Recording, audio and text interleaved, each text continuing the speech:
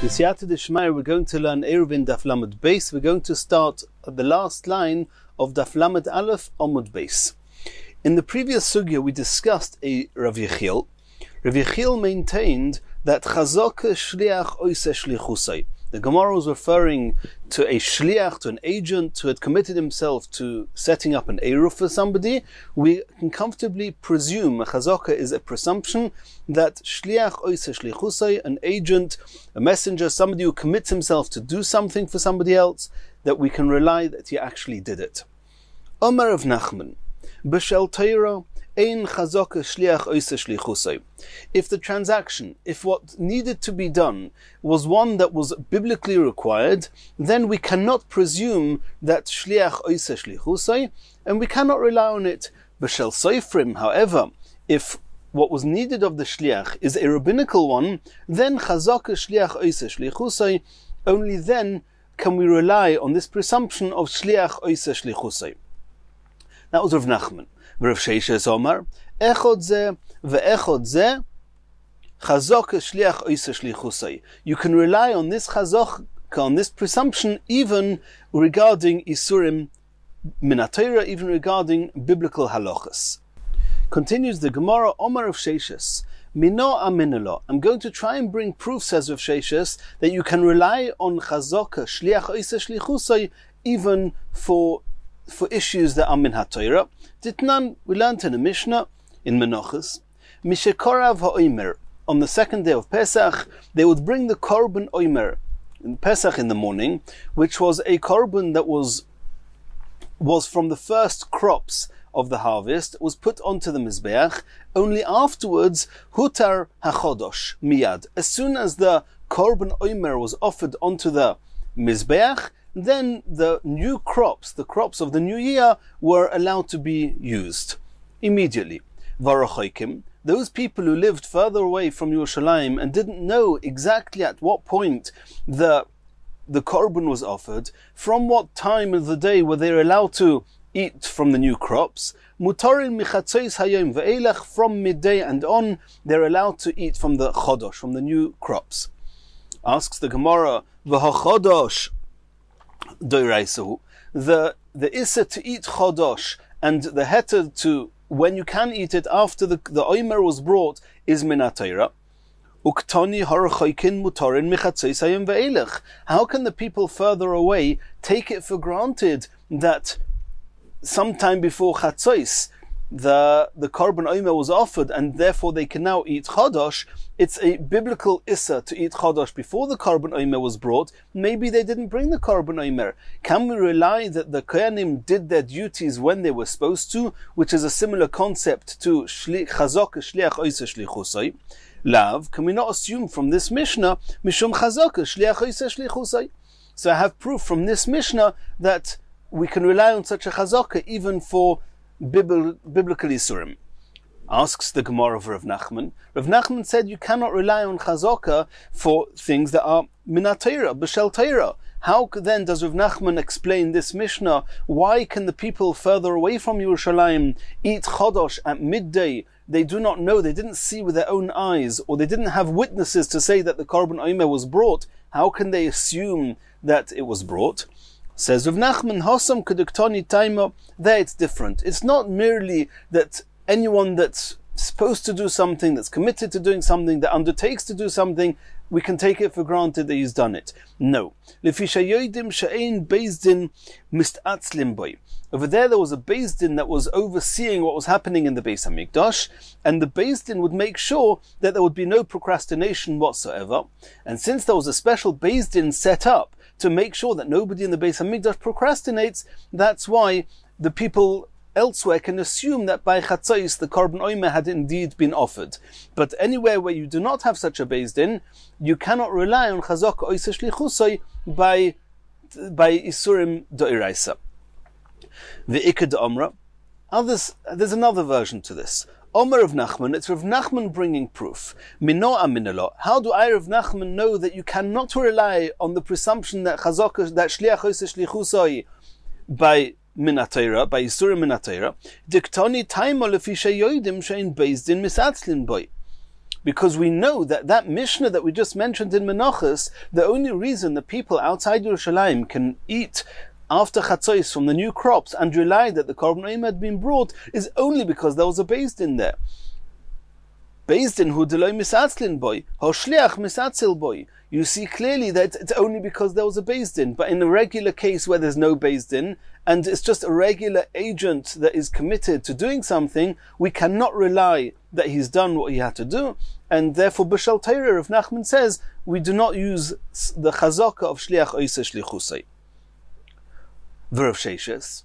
How's Rav Sheshes going to answer this? According to Rav Sheshes, why do I need the reasoning of the fact that there's a Beis Din there making sure there's no procrastination? Even without that, there's a chazaka that shliach oiseh shlichusay. So, answers the Gemara, Rav Sheshes is going to explain to you, Beis Din ad palga de yoima, shliach kula yoima. Since the main mitzvah was to do it sometime that day, according to Rav Sheshes, min haTorah, even for Yisurim min haTorah, we can rely that they did it that day. There's no reason that they should have to rush and do it first thing in the morning. Sometime that day, because chazak is shliach oiseh shlichusay. Rav Nachman wouldn't agree with this. He would say, even on that day, how do you know they did it, if not for the fact there was a Beis Din there? According to Rav Sheshes, we know they could rely that it was done that day. Because there was a Beis Din, they can rely it was done first thing in the morning, and by midday, it was clearly already after, and you can eat from the new crop. So according to Rav Sheshes, the reason of the Mishnah that I need a Beis Din to make sure there's no procrastination, it's not what allows me to eat the new crop, it's what allows me to eat it already from Chatzos. Continues the Gemara. Omer Rav Sheshes. Rav Sheshes is going to bring another proof to what he held, that you can rely on this presumption even b'shel Torah. Minoa minela. The Tanya we learned in the Brisa. Ho'isha sheyesh oleo leida oiziva.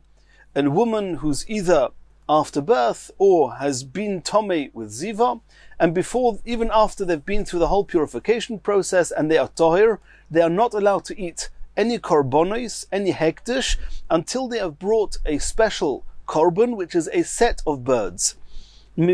What does she do?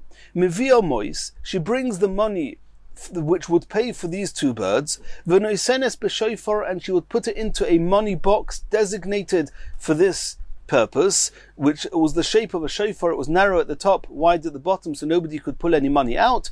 No one who wasn't supposed to, no one could steal any money. She would put the money in the box, v'toiveles, and at the end of the day, she has to toivel, even though she's already pure. But because she was not allowed to eat hektish, and now when her korbanos are brought, she can now, yes, eat hektish, she needs to go into the mikveh again. V'yicheles b'kochim le'erev, and at night she can eat kochim. The question is, you can only eat kochim if you can take it for granted that the korbanos were brought on your behalf. You have to assume that the kohanim opened this box, took out your money, and brought the korbanos, brought these two birds that they were supposed to bring in your name. How can you take that for granted? My tama, lav, is it not mishum domrinon chazaka shliach oiseh shlichusay? Is it not because there's a presumption that an agent, somebody whose job it is to do something, has actually done it, even b'shel Torah? Says that. So that's a proof to Rav Sheshes that you can rely on this chazaka. Rav Nachman, what's Rav Nachman going to do? You've got very strong proof from this brisa. If a woman is allowed to take it for granted at night that sometime during the day the korbanos were brought on her behalf, and therefore she can go to mikveh and eat hektish, and that's very seriously also, because if her korbanos were not brought, it's seriously also to eat hektish. How can she eat hektish? How can she eat kochim? If not that we can assume that chazaka shliach oiseh shlichusay. Rav Nachman, how's Rav Nachman going to answer this? Halsam is going to explain Kedar of Shemaya. Because of something Rav Shemaya said, the Omer of Shemaya, chazaka ein Beis Din shel kohanim, there was a special Beis Din of kohanim, oimdim misham, they do not stand up, they do not leave the premises of the Beis HaMikdash at the end of the day, unless they've made sure that all the coins in this money box has been totally emptied and all the relevant korbanos have been brought. And therefore, if it would just be a regular shliach, we would not rely on him. If there's a special Beis Din making sure that it's happening, then we can rely on that Beis Din. And therefore, it's not a proof to what would be with a regular shliach.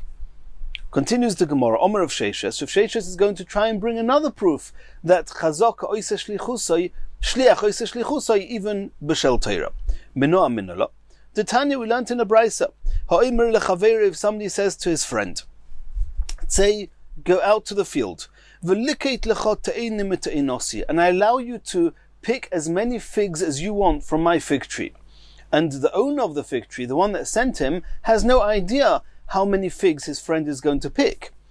Oychel mehen arai. This friend who has picked the figs, then on a temporary, casual type of way, that means if he's not fixing a meal on these fruits, then he's allowed to eat them even though he hasn't taken the relevant trumas and maestras. Because that's the halacha. If it's in the field, you're eating arai, it's okay. Uma'asron vadai. And if you're going to want to eat them on a more permanent basis, and the halachas of arai and vadai are not relevant now, but if you're going to be eating more permanently, then ma'asron, you have to take the trumas and maestras as if it was vadai tevel. There's a difference between if it's sofik or vadai.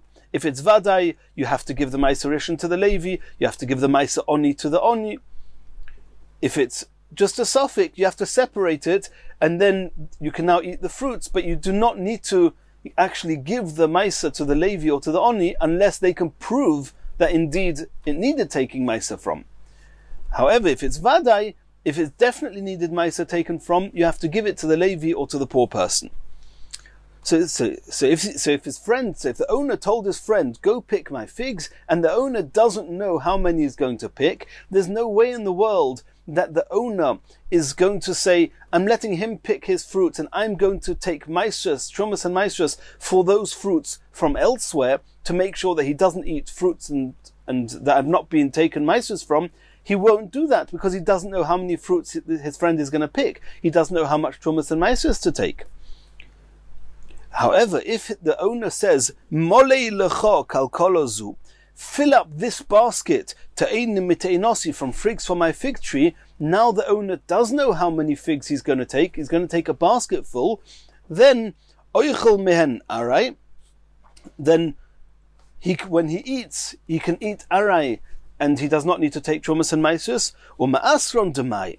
But if you want to eat more permanently, then since it could be that the owner took trumas and maestras already, because he knew how many figs you were going to pick, and it could be he took trumas and maestras from other fruits to take away the status of tevel from these fruits, but you don't know. Therefore, misofik, you have to take off the trumas and maestras, but you do not actually have to distribute the trumas and maestras because it's demai, it's a sofik. When is this true? Ba'am ha'oretz, only when the owner of the tree, of the fig tree, if he's an am ha'oretz, and he doesn't know the halachas, and he doesn't keep to all the halachas, he's not particular with all the halachas. Aval b'chover, a talmud chacham, or somebody who is committed to keeping all these halachas the way he should, oichel v'einu tzorich la'aser, then the person who's picked the figs is allowed to eat, and he does not have to take any trumas and maestras, not even as demai, not even as sofik, because we take it for granted that the owner who is a chover, is definitely taken trumas and maestras from elsewhere to make sure that the fellow who's picked the fruits is not chas v'sholom going to eat them without taking trumas and maestras. Divir Rebbe, that was the opinion of Rebbe. Reb Shimon ben Gamliel Omer. Reb Shimon ben Gamliel holds, and this was actually the father of Rebbe, he holds Bamed Dvorim Amurim Ba'am Haaretz. Like the original halachas we said was if the owner was an Am Haaretz. If the owner is an Am Haaretz, then if you want to eat arai, you don't need to take any trumas and maestras. You want to eat kavua, more of a fixed type of eating, then you take it as if it's demai.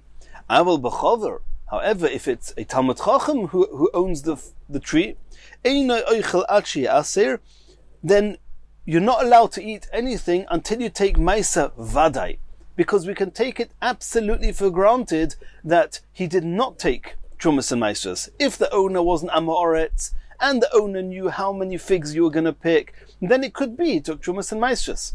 Because he's an am haaretz, he doesn't know all the halachas, so it could be he took trumas and maestras, it's a sofik. You have to take again misofik.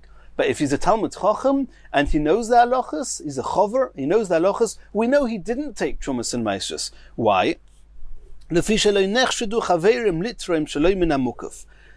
we saw before in the Daf Lamed base, that it's also for a person to take Trumas and Maisrus sheloi min hamukaf, from fruits elsewhere.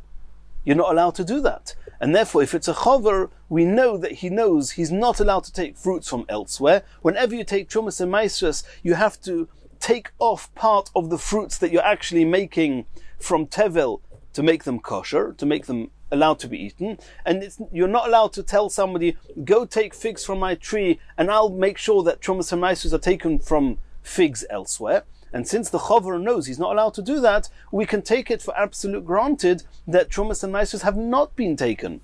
If Trumas and Maisrus have not been taken, then you have to take Maisrus bevadai. And you can't say that maybe he took Trumas and Maisrus on the fruits of this tree before the fruits were picked, because there's no such thing. You cannot take Trumas and Maisrus from fruits that are still attached to the tree. Omer Rebbe. Rebbe commented, Nirin dvorai midivrei Abba. I think that the halacha is closer to what I'm saying than what my father said. And the Bir Agra in Yeriday in Hilchas Kibbud Avim discusses how Rebbe could say, how he could argue with his father. And the Bir Agra says, the Vilna Gaon says that because his father wasn't there present with him, he was allowed to argue with him. Mutav sheyechshadu chaverim litrem sheloi min hamukaf, that Rebbe says that it's probable the halacha is like me, that even though he's a chover would rather take Trumas and Maisrus sheloi min hamukaf, from fruits elsewhere, even though he shouldn't really be doing that. It's better to do that than to take the risk of allowing an Amoretz who's picking the fruits to eat those fruits without taking Trumas and Maisrus at all, which is tevel, which is severely osa. Mutav sheyechshedu chaverim litzreim sheloi min hamukaf v'lo yachilu la'amei ha'oretz tevolim.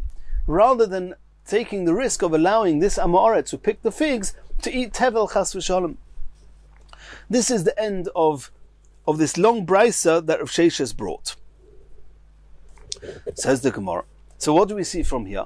That since the owner himself is responsible to make sure that the Am Ha'oretz who is picking the fruits is not going to eat tevel, therefore we can absolutely rely on the Balabayis that he took Trumas and Maisrus. And therefore, if the person who picked the fruits and wants to eat them, he's allowed to eat them without taking any Trumas and Maisrus, which is what Rebbe said, V'einoi tzorich la'aser. How can you say, Einoi tzorich la'aser? The owner is not more than an agent on behalf of the person who's picking the fruits, to take responsibility for the Trumas and Maisrus. So you see from here that Chazaka shliach oisa shlichusai, even with Yisurim doiraisa.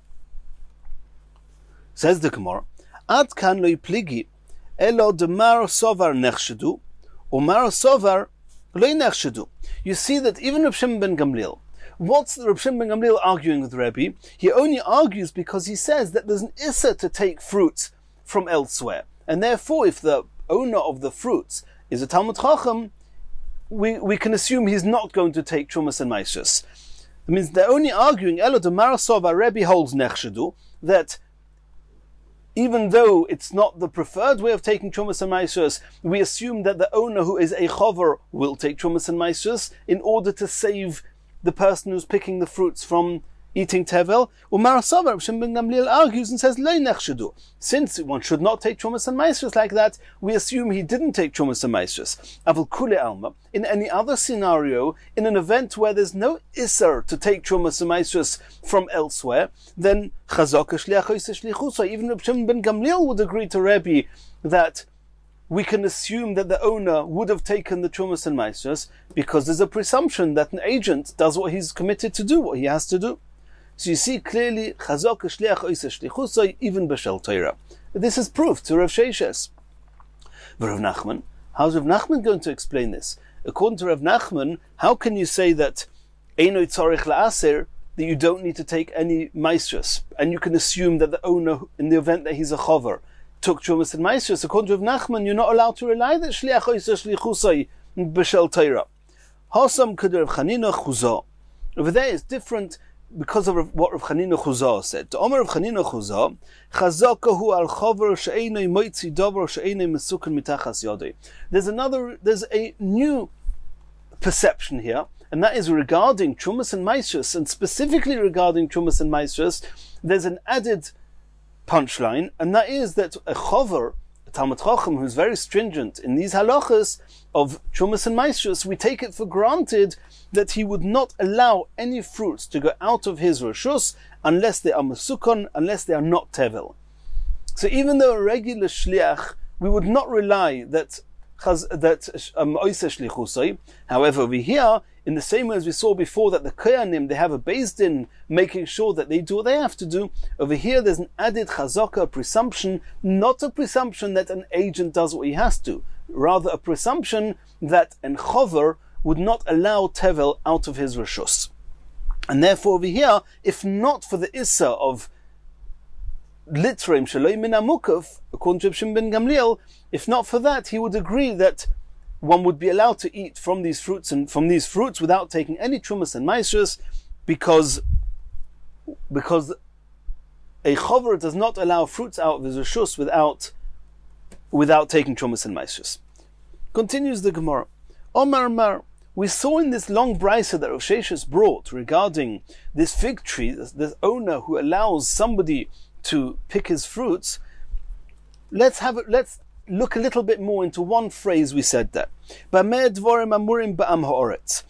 is it true that if you want to eat ara, you do not need to take trumas and maisus? If you want to eat more kavua, then you have to take trumas and maisus as if it's demai.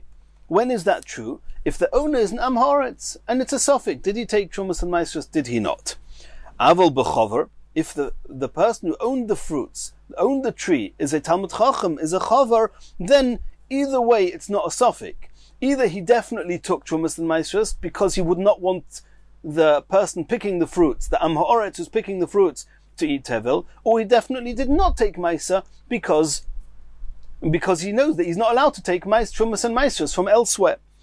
Aval chover oichel ve'einu tzarich le'aser divrei Rebbe. Rebbe said you can take it for granted. He does not need to take maisa because we assume that the chover has taken trumas and maisrus from elsewhere. Says the Gemara, Hai am haaretz dik omer le leman. You said that if the owner is an am haaretz, then the person who's picking the tree, the fruits, has to take trumas and maisrus misofik. Who is the am haaretz allowing to take the fruits? This friend, the one who's actually picking the fruits, what is he? Is he an am haaretz or is he a chover? If the brisa is talking about that the person who's been given permission to pick the fruits is also an am haaretz, maisron demai mitzoyes, then if you tell an am haaretz, you have to take maisrus misofik. He's going to listen to you. He's an am haaretz himself. He cannot be relied on. He's not going to listen to you. So what does it mean? Then we saw in the beginning, in the Reisha, that if the owner of the tree is an am haaretz, then the one who's picking it, if he wants to eat it kavua, a more permanent type of eating, he has to take trumas and maisrus misofik. If the fellow who picked the fruits is an am haaretz, he's not going to listen. Elo, it must be talking about ba'am haaretz tuk omar lechaver. It must be that the person who's picking the fruits himself is a Talmud Chacham, and then it makes sense. If the person who owns the tree is an am haaretz, then the chover who's picking the fruits and wants to eat them in a permanent fashion has to take trumas and maisrus misafik, and the chover will listen to that. If so, that the brisa is talking about that the person who's picking the fruits is a chover, is a Talmud Chacham, is keeping all the halachas, Ema Sefer, we have a problem with the phrase towards the continuation of the brisa. It says, Nirin dvorai medivrei abba.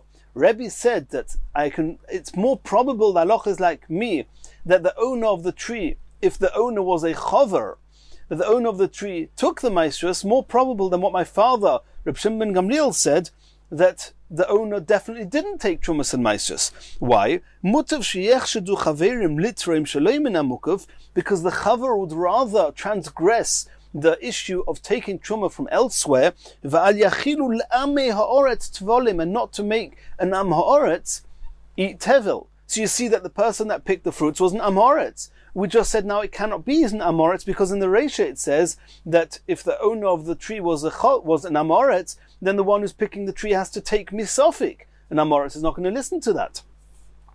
Amei ha'oretz, my boy Hossam, why is Rebbe mentioning Amei ha'oretz here? We just determined that the Mishnah, that the whole Brisa, is talking about that the one who picked it is a Talmud Chacham. Omar Ravina, answers Ravina, Reisha ba'am ha'oretz she'omar lechover. Indeed, the Reisha is talking about that the Am ha'oretz was speaking to a chover, and therefore the halacha is that since the chover doesn't know if the Am ha'oretz took Trumas and Maestras, he has to take Trumas and Maestras misofik, and since it's the chover who's picking the fruits, he's going to listen to that halacha. Seifa, and the end of the Mishnah is indeed talking about a chover she'omar la'am ha'oretz. Is talking about that the chover, the owner of the tree, is speaking to an Am ha'oretz, not to a chover. And because he's talking to a chover, therefore, according to Rebbe, we assume that the owner of the tree took Trumas and Maestras, in order that that chover should not eat tevel. V'chaver acher shamoy. And there was another chover that was listening to the owner of the tree, who was also a chover, who was giving instructions and allowing an Am ha'oretz to pick the fruits. Another chover heard this dialogue. Then Rebbe holds oisei chover, that second chover, oichel, is allowed to eat from these fruits, ve'einei tzarech la'aser, because the chover can assume that since the owner of the tree, who was a chover, gave permission for an Am ha'oretz to pick these fruits, we take it for absolute granted that the owner took Trumas and Maestras, and even the chover can rely on that and eat from these figs that the Am ha'oretz picked. The vadai Isure Maisa, he definitely took Maestras. Hahu chover kama ilave. That first chover, which means the chover, the owner of the tree, definitely took Maestras for these fruits. Reb Shimon ben Gamliel argues with Rebbe and says, Lo yoichal, the second chover is not allowed to eat from these fruits, achi aser, until he takes Maisa. Lefisha einoi because you can assume that the owner of the tree, who was a chover, he knew the halachas that you're not allowed to be toirem shaloi min hamukaf. You cannot take Trumas and Maestras from elsewhere, and therefore you assume that Trumas and Maestras have not been taken. Va'omar le Rebbe, and Rebbe responded to that, mutav sheyachshedu chaverim litrem shaloi min hamukav. A chover would rather transgress the issue of taking Trumas and Maestras from elsewhere, rather val yachilu amei oretz tevolim, rather than make an Am ha'oretz eat tevel. And therefore, since you can assume that the chover took Trumas and Maestras, the owner of the tree, the second chover, who the bystander, is also allowed to eat from those fruits that were picked by the Am ha'oretz. Continues the Gemara. B'maika mifligi. What's really the point of contention between Rebbe and Reb Shimon ben Gamliel? Rebbe sovar nichalei lechaver de le'evid hu isura klila. Rebbe holds that a chover would rather transgress a small issa, which is the issa of being toirem shaloi min hamukav, taking Trumas and Maestras from elsewhere, v'loi le'evid am ha'oretz isura rabba, in order to prevent an Am ha'oretz from transgressing a big issa. Reb Shimon ben Gamliel sovar nichalei lechover de le'evid am ha'oretz isura rabba. Reb Shimon ben Gamliel holds that a chover would rather that the Am ha'oretz does a big aver of eating tevel, ve'iyu afili isura klila loy le'evid, in order that he himself, a Talmud Chacham, should not transgress even a small isser. Continues the next Mishnah. Nosnoi ba'ilon lemailo me'asara tfachim ein eruvoy eruv. If a person who put his eruv onto the food item that's supposed to be representing him, he put it onto a tree above 10 tfachim off the ground, then the eruv is not a good eruv. Lemato me'asara tfachim. However, if you put the eruv food lower than 10 tfachim, eruvoy eruv, then his eruv is a good eruv. Third halacha, says the Mishnah, nosnei beboyer afilu omik meo amo. If you put the eruv food into a pit, even if it's 100 amos deep, eruvoy eruv, it's a good eruv. And the Gemara is going to explain these halachas. Says the Gemara, Yosef Reb Chia bar Abba, v'Reb Asi, v'Rava bar Noson. These three chachomim were sitting. V'Yosef Reb Nachman Gabayu. Reb Nachman was also sitting there. V'Yosvi uka Omri. They were sitting and discussing the following: Hai ilon. The Mishnah speaking about an ilon, which is a tree, and says that if the Eruv is on this tree above 10 Tvachim, it's not a good Eruv. If it's below 10 Tvachim, it is a good Eruv. Let's try and understand this. Where is this tree situated? Now this tree is clearly some place within 2,000 amos from where the person is situated. The person who wants to walk, let's say 4,000 amos out of the city, and he's not allowed to do that because you're not allowed to walk more than 2,000 amos, so somewhere close to the end of 2,000 amos he puts this Eruv, and that allows him to walk 2,000 amos in any direction of the Eruv. He can walk another 2,000 amos. So in this area where he's put the Eruv, someplace between where he is when Shabbos comes and where he wants to go on Shabbos, is it Erushus Hayochid? Is it Erushus Harabim? If it happened to be that that tree was in a private domain, Mali Lemailo, Mali Lemato, Rushus Hayochid, Oila Adler Rakia. If the area is Rushus Hayochid, because it's enclosed by walls, then the whole area of this 4 amos all the way up to the sky is considered Rishus HaYochid. In which case, even if you were to put his Eruv higher than 10 Tvachim, it's in the same Rishus HaYochid as lower than 10 Tvachim. And he can take down the Eruv from the tree and eat it. So what's the problem? Why, if the Eruv is higher than 10 Tvachim, is it not considered a kosher Eruv? It must be that the tree is situated in Rishus Harabim, and above 10, the tree is obviously 4 Tvachim wide, and above 10 Tvachim is a Rishus Hayochid. So if the person, we'll soon see, but assuming that the place that he intended to acquire as his place of residence, so to speak, a representation of his residence, which is where he wanted to be when Shabbos came in, is at the foot of the tree, which is a Rishus Harabim. The Eruv itself is on top of the tree, 10 Tvachim up, which is a Rishus Hayochid. You're not allowed to take food from the Rishus Hayochid into Rishus Harabim. So we can understand the Mishnah. So let's see the Gemara discuss this. Where did the person intend to acquire his place of residence, so to speak, when Shabbos came in? If he intended to be koine shvisa, if the place where he wanted to be called his place of residence when Shabbos came in was also on top of the tree, some place above 10 Tvachim, then he's in the same place, so to speak, the virtual version of him, the him which he intended, the place where he intended himself to be, so to speak, when Shabbos came in, is in the same domain, in the same place as the food of the Eruv. And then he could take it. There's no problem. Why is above 10 Tvachim not a good Eruv?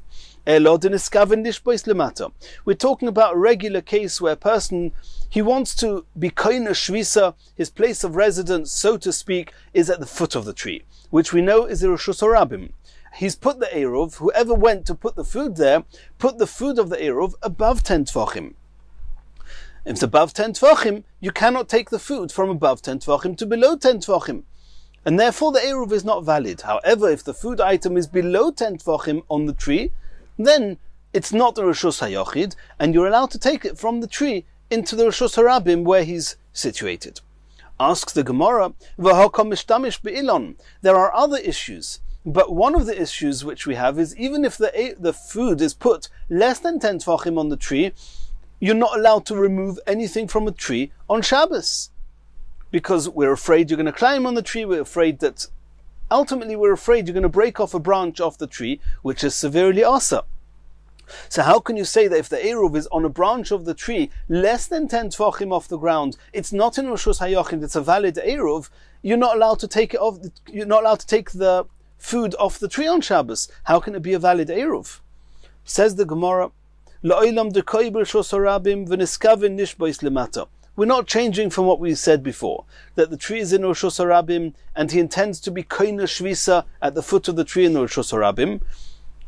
And you're going to ask a question that if the food is on the tree less than 10 Tvachim, how can you take the food off?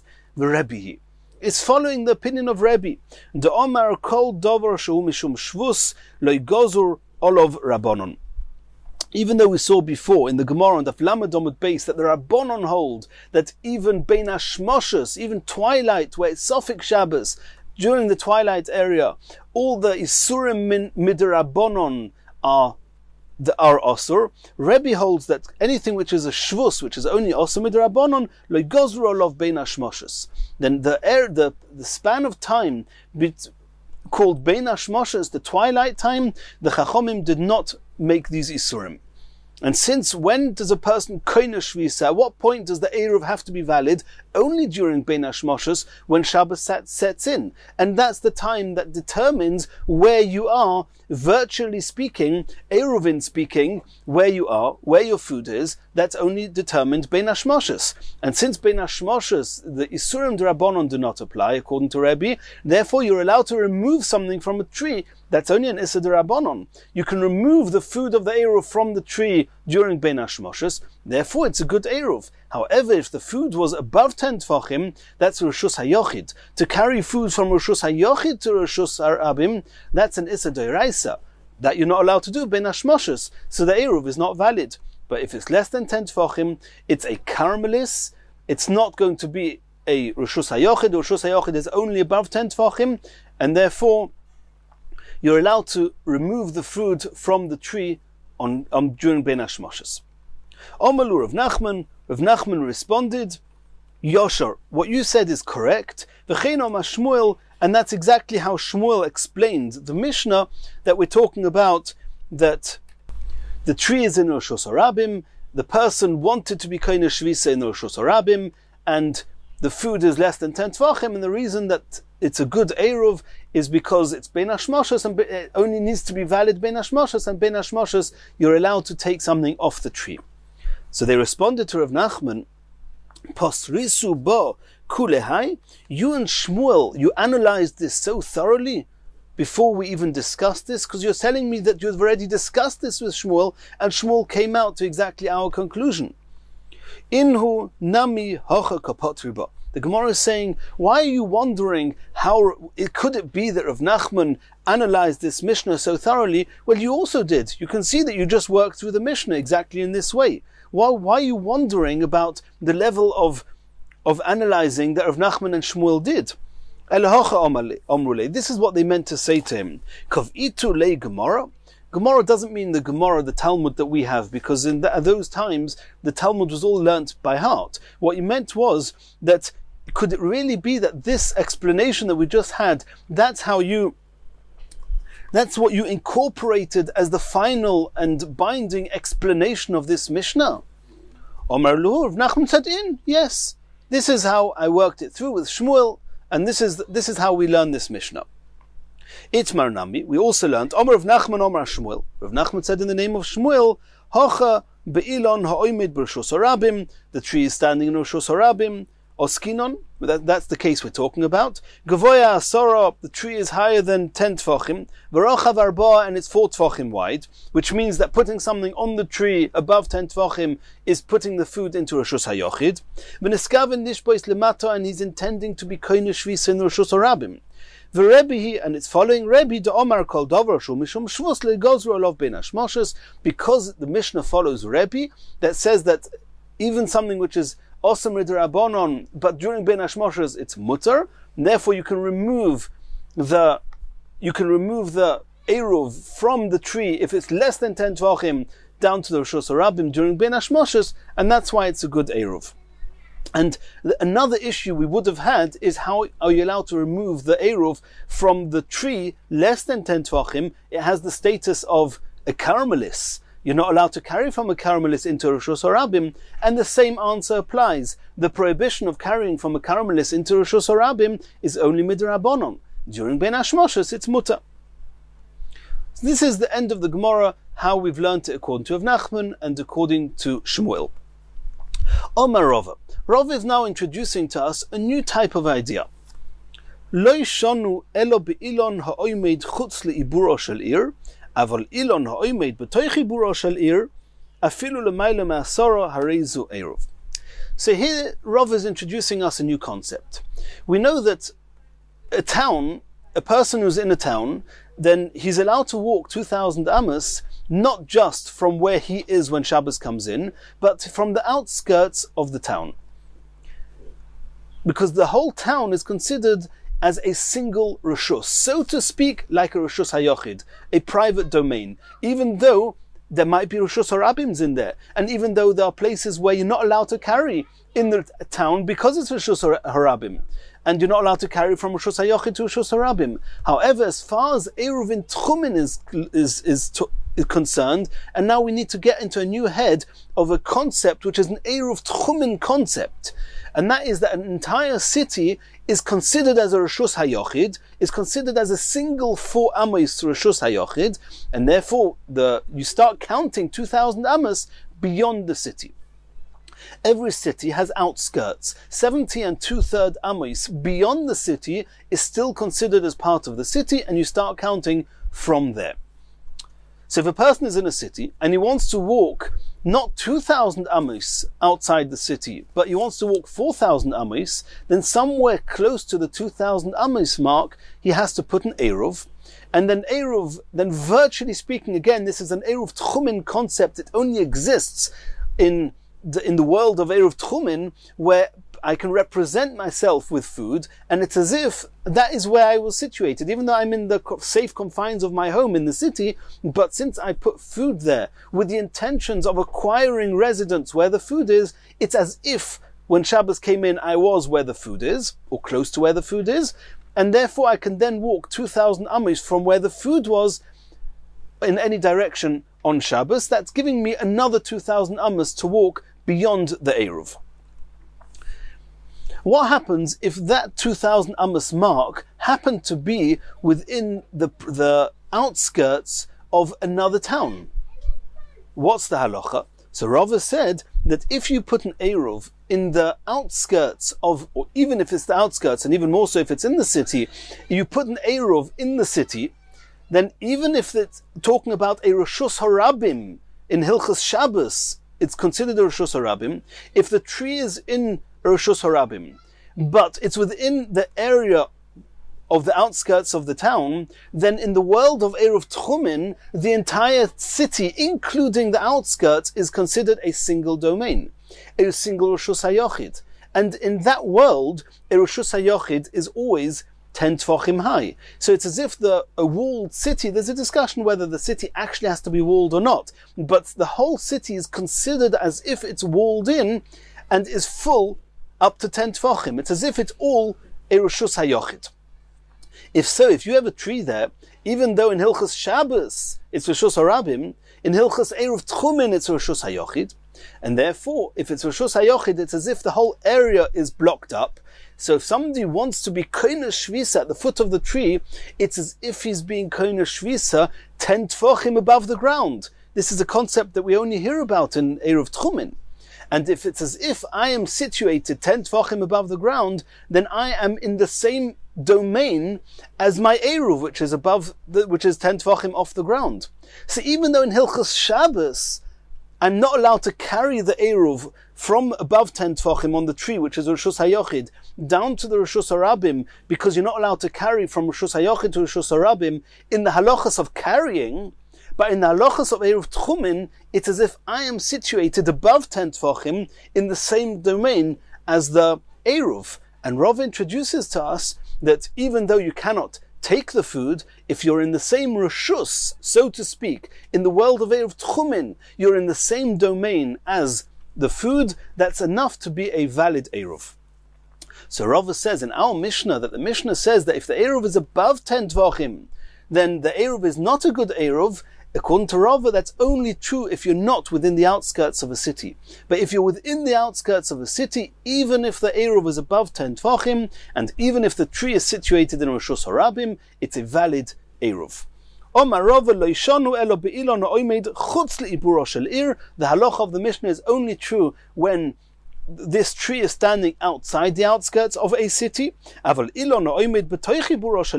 the tree is situated within the confines of a city and its outskirts, then even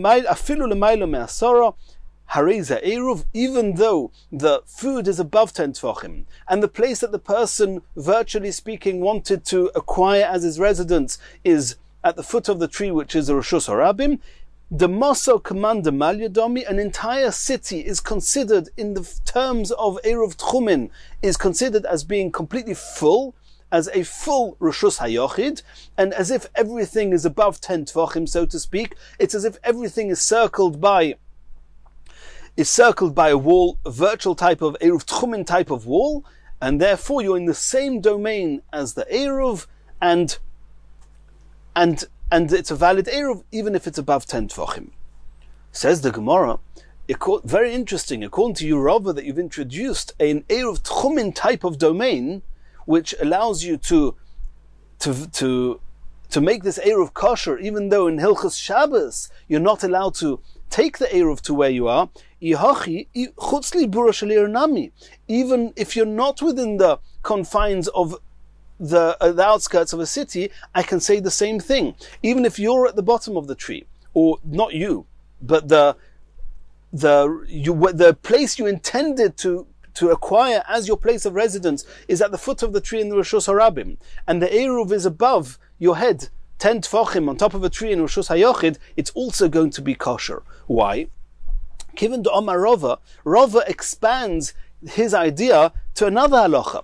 Hanoisene Ruvoi, if somebody puts an Eruv down, Yeshle Arba Amos, wherever he is, or wherever he or his Eruv is situated at the onset of Shabbos, you have 4 Amos around you that's considered, so to speak, as your 4 Amos.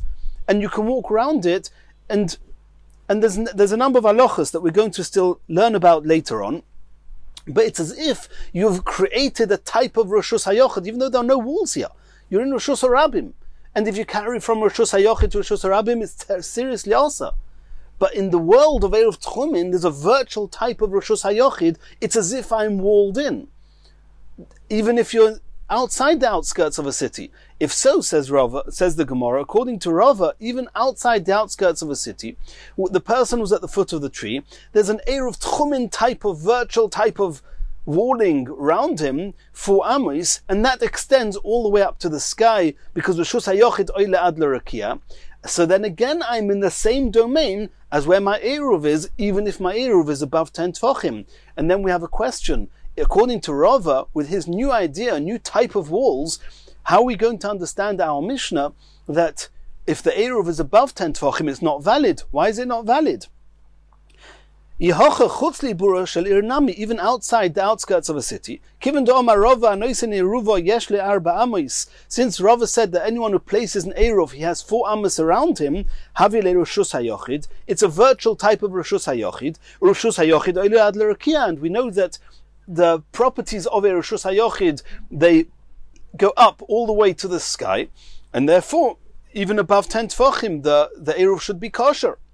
Rabbi Yitzchak Breidu Mesharsha explains, now I'll tell you when the Mishnah is true, even according to Rava, and that is Hacha be'ilon hanoite chutz le'arba amos askinon.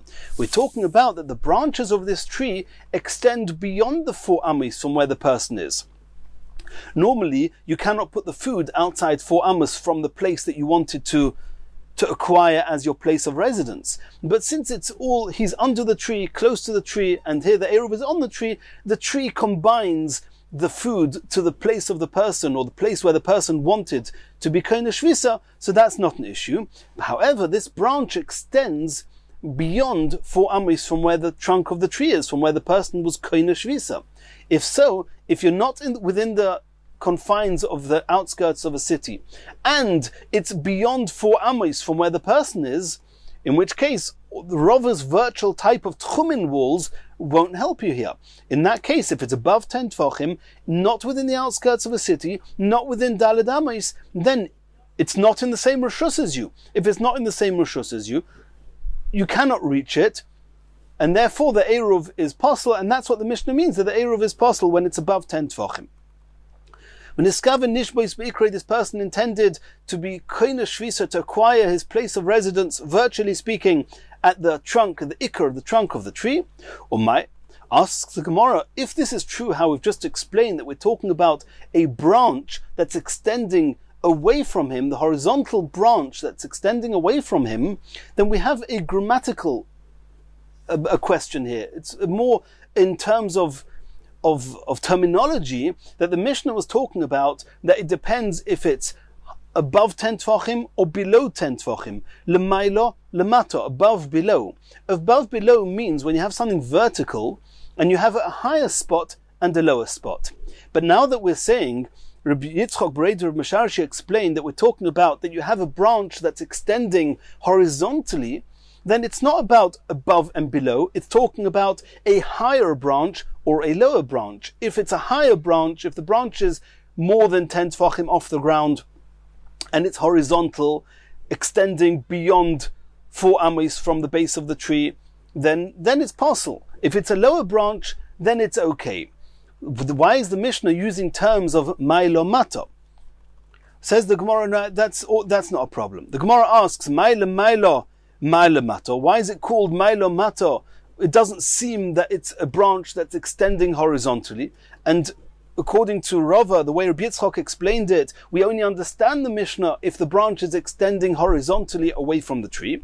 Answers the Gemara, the hodor zokif. It's extending horizontally below 10 tfachim, and then after 4 amos, the branch curves upwards and goes to an area above 10 tfachim. So there he says, this branch that has extended horizontally away from 4 amos, if you put the Eruv on the lower part of that branch, which is less than 10 tfachim off the ground, then it's okay. But if you put on the upper part of that branch, where that branch afterwards sloped upwards, then it's called maila, it's called up, it's higher, and there it will not be valid, as we explained. Asks the Gemara, I understand with everything that we've said now, that Rava, who says that there's a unique way of connecting the person with his Eruv, and that is that you're virtually speaking in the Tchumin world, you're in the same confines. I understand that we have a case where you're not in the same confines as the Eruv, and that's if it's not in the Iburoi Shel Ir, and it's above 10 tfachim, and it's more than 4 amos away. Okay, granted. However, says the Gemara, V'ho'iboye maisilo derech alov. However, even according to Rava, if I can actually go and take that Eruv food, then it should be okay. Then even though we're not considered virtually speaking in the same reshus, but I can technically speaking, I can bring the Eruv to me, that should be enough. How can you bring the Eruv?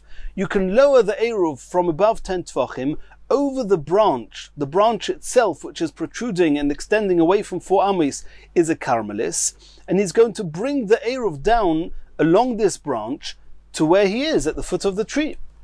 And the truth is that, according to Rashi, this is not so accurate what I said.